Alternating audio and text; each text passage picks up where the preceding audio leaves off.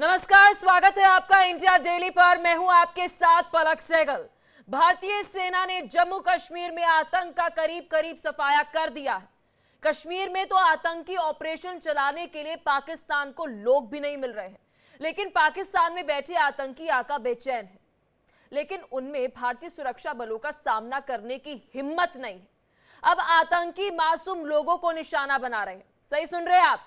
अब आतंकी जम्मू के बड़े धार्मिक गुरु बाल संत साहिल जी महाराज को जान से मारने की धमकी दे रहे हैं। आतंकवादियों ने बकायदा साहिल जी महाराज को वीडियो कॉल करके उन्हें जान से मारने की धमकी दी है। आतंकवादी साहिल जी महाराज को जम्मू में आरएसएस का प्रचार बंद करने की हिदायत भी दे रहे हैं। साथ ही आतंकियों को भारतीय झंडे लगाने को लेकर भी मिर्ची लगी हुई है। आप खुद ही सुनिए ये धमकी भरा कॉल।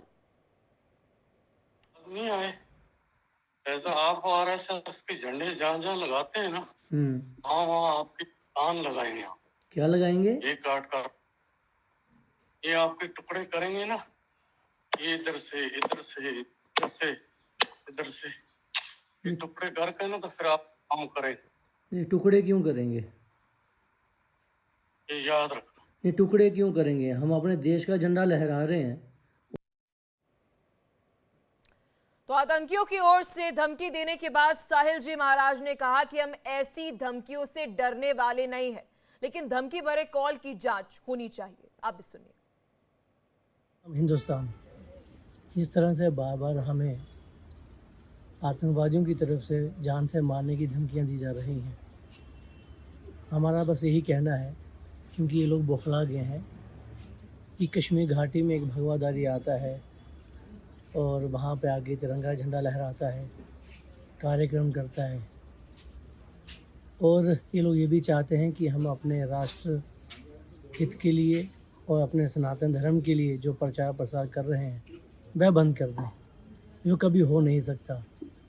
और हाँ, हमें इस बात की भी शंका है कि कश्मीर में कुछ लोग जो नहीं चाहते कि वहाँ पे भगवादारी आकर के घूमें, ध्वजारोहण करें, तिरंगा झंडा लहराएं, और वही लोग पड़ोसी देश से हमें फ़ोन करवा कर धमका रहे हैं कि हम उनकी धमकियों से डर जाएंगे।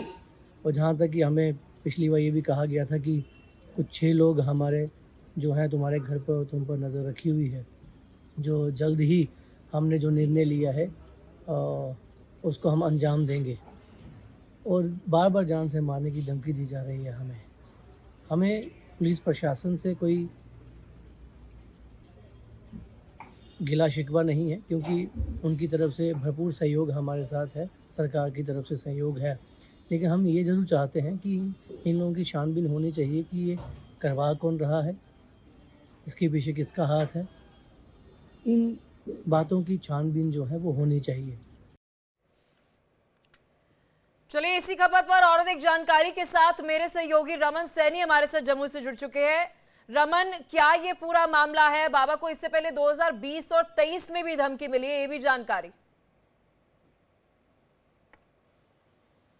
जी हाँ, बिल्कुल सही कहा पलक आपने कि जिस तरीके से पहले भी 2 बार आतंकी धमकियां जो हैं वो बाल संत साहिल जी महाराज को जो है वो मिल चुकी हैं। और ये अब ताज़ा मामला है जब 7 तारीख को इनको एक बार फिर लगातार वीडियो कॉल जो है वो व्हाट्सएप पे आता है, और इस कॉल को जो है वो भाप जाते हैं, क्योंकि पाकिस्तान के नंबर से शायद ये कॉल था, और इस कॉल को जो है वो रिकॉर्ड कर लेते हैं। और इस कॉल में जो आतंकी दिख रहा है वो साफ तौर पर उन्हें जान से मारने की धमकी दे रहा है। लगातार जिस तरीके से साहिल जी महाराज जो है वो कश्मीर घाटी में 15 अगस्त और 26 जनवरी के मौके पर लगातार जाते रहे हैं, और वहां पर ऐसे ऐसे इलाके जो अलगाववादी नेताओं का गढ़ माना जाता था, जहां आतंकवादी घटनाएं लगातार होती थी। ठीक है रमन, हमारे साथ बाबा संत साहिल जी महाराज भी जुड़ चुके हैं।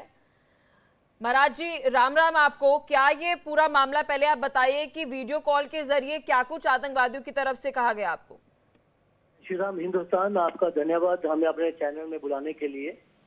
हम आपको बता दें कि ये हरकतें इन्होंने पहले भी हमारे साथ करी हैं, अभी दोबारा से इन्होंने ये हरकत करी है, क्योंकि ये लोग बौखला गए हैं कि एक भगवादारी कश्मीर घाटी में जाकर के सनातन हित में, राष्ट्र हित में कार्य कर रहा है, और वहाँ घाटी में जाकर के जो संवेदनशील क्षेत्र जिन्हें माना गया है कश्मीर घाटी का, वहाँ पे तिरंगा झंडा पहली बार किसी ने लहराना, इससे इन लोगों को परेशानी हुई है। और इसमें भी हमें कहने में कोई संदेह नहीं कि कश्मीर घाटी के ही कुछ लोग ऐसे हैं जो नहीं चाहते कि इस तरह की चीजें वहां पर हो, कि वहां पे देश का झंडा जो है वो लहराया जाए। अभी भी कुछ क्षेत्र ऐसे बचे हुए थे जहां पर कोई, चाहे वो पॉलिटिशियन हो या कोई और हो, आज तक कभी गया ही नहीं, कोई ऑफिशियल बंदा भी नहीं गया तिरंगा लहराने के लिए। भाई हमारा देश है, भारत देश में हम रहते हैं, तो भारत देश का हर एक हिस्सा जो है, चाहे कोई कोना भी हो, वो भी हमारे भारत का हिस्सा है। हम वहां जाके तिरंगा क्यों नहीं लहरा सकते हैं? तो हमने जिसके कारण इन्होंने हमें अभी जान से मारने की धमकी दी है और हथियारों के साथ बैठकर हमें डरा रहे हैं कि हम अब तुम्हारा इससे स्वागत करेंगे और तुम्हारे टुकड़े कर देंगे। इस तरह की बातें जो है वो वीडियो कॉल के माध्यम से वो व्यक्ति जो नपापोक्ष बैठा है वो हमें धमकाने का प्रयास कर रहा है। तो क्या महाराज जी आपको आरएसएस के प्रचारक के तौर पर भी धमकी जो है वह दी गई? इस बारे में क्या कुछ आपको कहा वीडियो कॉल के जरिए? जी बिल्कुल, उसमें कह रहे हैं कि तुम आरएसएस के चिमचे बने हुए हो, मोदी के बच्चे बने हुए हो। तो इन लोगों को ये है कि आरएसएस के लोग जो हैं यहाँ आके क्यों घूम रहे हैं। भाई हम लोग हाँ संघ के कार्यकर्ता जरूर हैं और संघ की दृष्टिकोण से, जैसे सनातन जो हमारा धर्म है और आरएसएस जो है उसकी विचारधारा और संतों की विचारधारा एक जैसी है, इसलिए हम उनकी सपोर्ट भी करते हैं।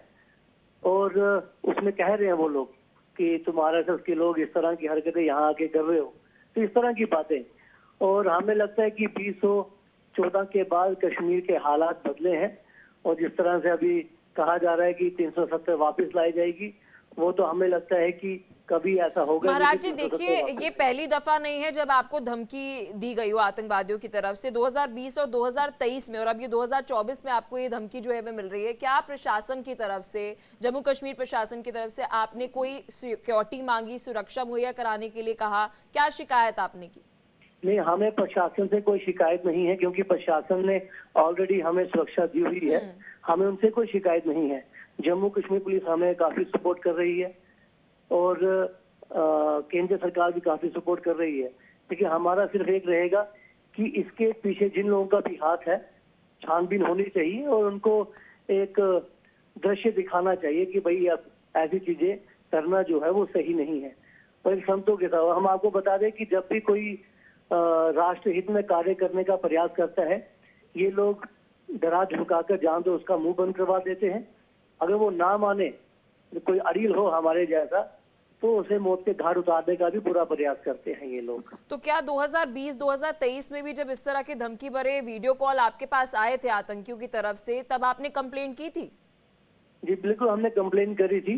तब तो उन्होंने ये भी कहा था कि हमारे 5-6 लोग जो हैं उन्होंने तुम पर पूरी नजर रखी हुई है और तुम्हारे घर पर पूरी नजर रखी, हमें पता है तुम कहाँ रहते हो और जल्द ही हमने जो निर्णय लिया है उसे हम अंजाम देंगे, ऐसा उन्होंने कहा था। तो अब देखते हैं प्रभु श्री राम जी क्या इच्छा है, ये कहाँ तक जाते हैं। हमें इनकी धमकियों से कोई डर नहीं। बिल्कुल महाराज जी, हम तो चाहते हैं कि आप सुरक्षित रहें, लेकिन जब 2020 और 2023 की बात करूं, क्योंकि उन मामले के अंदर जब आपने कंप्लेंट की तो क्या कुछ निकल कर सामने आया? जब जांच की गई, इन्वेस्टिगेट किया गया, कौन था ये आतंकी? हमने कंप्लेन तो कर दी थी, इन्होंने इन्वेस्टिगेशन भी की होगी, लेकिन पर्याप्त जानकारी प्रशासन ने अभी तक हमें दी नहीं है, ना पुलिस की तरफ से हमें दी गई कि ये लोग कौन थे। और स्वाभाविक सी बात है, जिसके हाथ में हथियार है AK-47 जैसे, वो तो आतंकी ही हो सकता है, इसमें तो कोई शंका वाली बात है नहीं। लेकिन कहाँ से कर रहा है ये व्यक्ति, वो तो प्रशासन का काम है, उन्हें देखना है।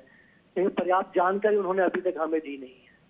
मेरे सहयोगी महाराज जी रमन भी हमारे साथ जम्मू कश्मीर से जुड़े हुए हैं। देखिए रमन, ये तो बहुत ही सीरियस है कि 2020 में जब धमकी भरा वीडियो कॉल आया, फिर 2023 में फिर वीडियो कॉल जो है वह आता है। महाराज जी बता रहे हैं कि अभी तक उन्हें जानकारी जो है वह सही नहीं मिली कि ये आतंकी कौन थे।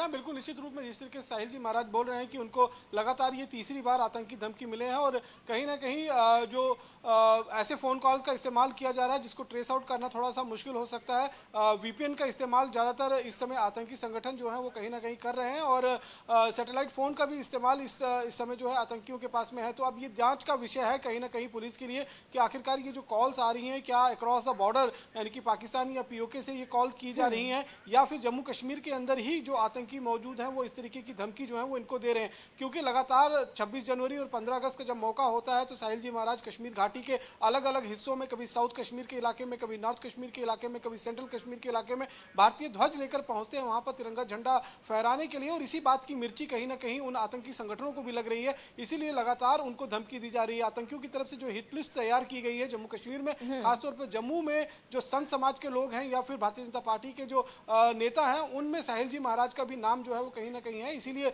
प्रशासन की तरफ से भी सुरक्षा मुहैया जो है वो करवाई गई है साहिल जी महाराज को ताकि उनको किसी तरीके की कोई खरोच ना आए। लेकिन निश्चित रूप में जब इस तरीके की धमकियां लगातार आ रही हैं तो ये कहीं ना कहीं एक बहुत गंभीर बात बन जाती है और इसकी जांच जो है वो बिल्कुल जमीन की सतह तक जाकर जो है वो कहीं ना कहीं करनी पड़ेगी और ये पता लगाना पड़ेगा कि आखिरकार ये जो वीडियो कॉल्स लगातार साहिल जी महाराज के फ़ोन नंबर पर कॉल पर आ रही है तो उनका आखिरकार मकसद क्या है। क्या वो खाली उन्हें डराना चाहते हैं या फिर वाकई में उन्हें जान से मारने की जो कोशिश रमन की जा रही है। रमन तो देखिए लगातार कई अब एंगल से कश्मीर हम घाटी सोच का भी सकते हैं कि भ्रमण वीडियो साहिल जी- कॉल कौन कर रहा है। जैसे कि आपने कहा कि क्या पाकिस्तान से कॉल आ रही है या फिर जम्मू कश्मीर से ही कॉल जो है वे कर रहा है। और तीसरा एंगल ये भी हो सकता है क्या महज कोई शख्स डराने की कोशिश कर रहा है, प्रैंक करने की कोशिश कर रहा है। कई सारे पहलुओं से इस पर जांच जो है मुझे लगता है संभव है रमन।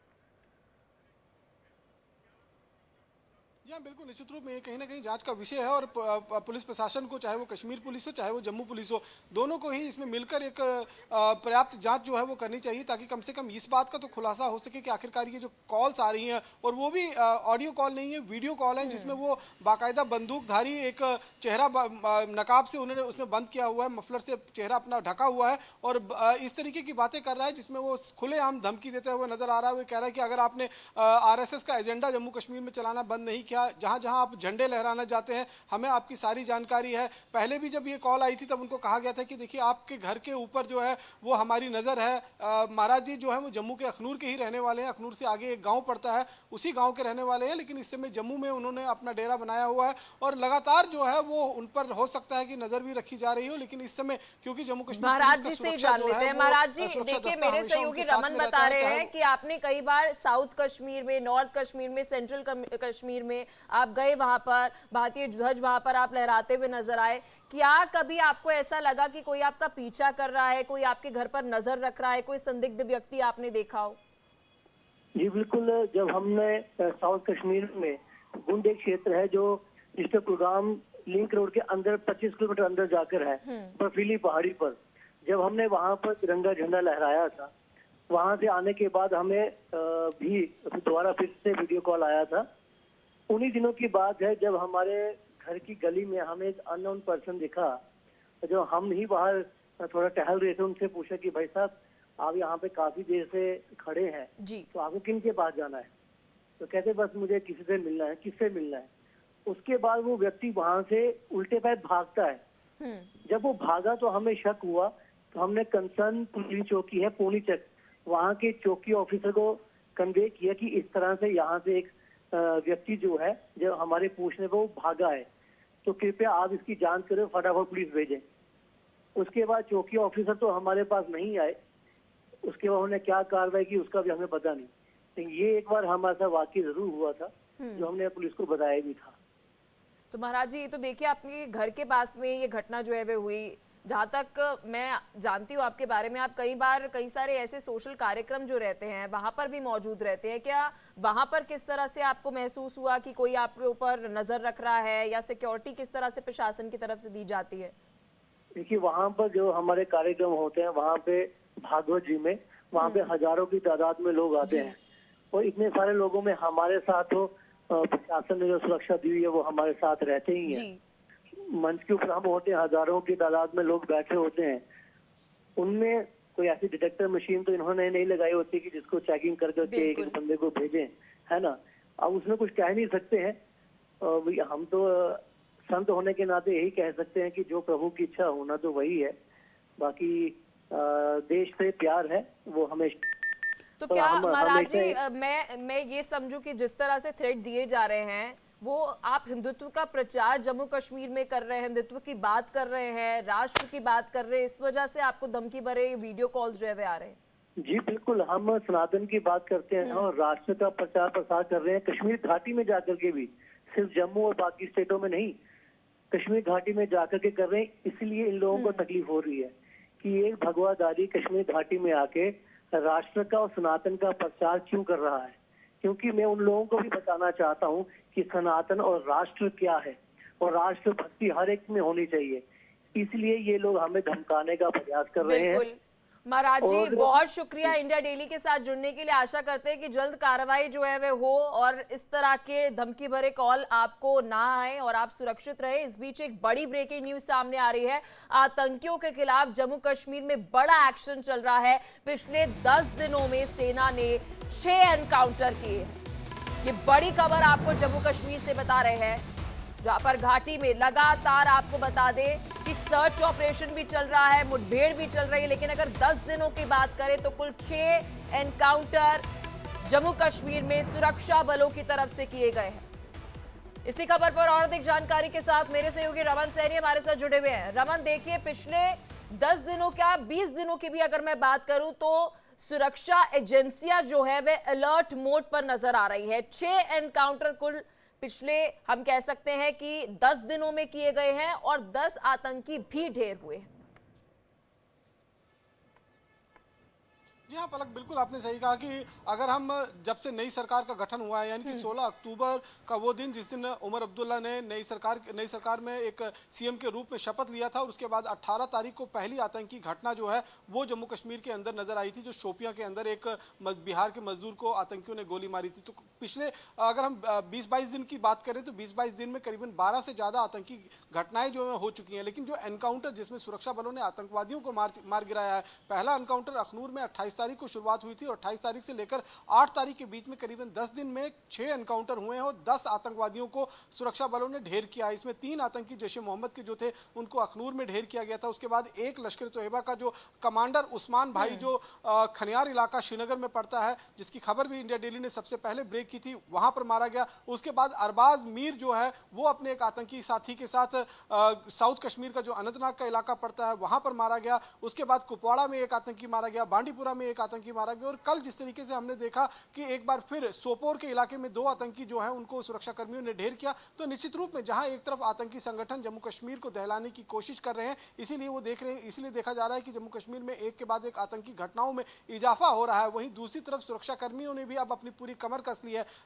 श्रीनगर के लाल चौक में जिन आतंकियों की तरफ से ग्रेनेड से हमला किया गया था उनमें से भी 3 लोगों को जो है वो गिरफ्तार कर लिया गया है। कल जम्मू कश्मीर पुलिस ने बाकायदा प्रेस कॉन्फ्रेंस कर उन तीनों आतंकवादियों को मीडिया के सामने पेश भी किया था और उनसे उनका ये कबूलनामा भी था कि उन्होंने पाकिस्तान में बैठे आतंकी हैंडलर की कहने पर जो है इस आतंकी घटना को अंजाम दिया था, हैंड ग्रेनेड फेंककर, और वहां पर कहीं ना कहीं डर और खौफ का माहौल पैदा करने की कोशिश जो है वो लगातार कश्मीर घाटी के अंदर की जा रही थी। लेकिन सुरक्षा कर्मियों ने भी अब पूरी तरीके से तैयारी कर ली है ताकि जहां जहां पर आतंकी मौजूद हैं वहां पर उन आतंकवादियों को ढेर किया जाए। इसीलिए पिछले 10 दिनों के अंदर हम देखें तो पिछले 10 दिनों के अंदर 6 एनकाउंटर जिसमें 10 आतंकी मारे गए हैं। हालांकि जो 12 आतंकी घटनाएं हुए हैं उसमें 10 और सिविलियंस ऐसा की भी मौत रमन हुई कहा है। जा रहा ये है निश्चित किश्तवाड़ में भी इस वक्त सुरक्षा कर्मी जो है वे बहुत अलर्ट मोड पर है। सर्च ऑपरेशन वहां पर भी तेज जो है वे कर दिया गया, वीडीजी मेंबर्स की जो हत्या की गई आतंकियों की तरफ से।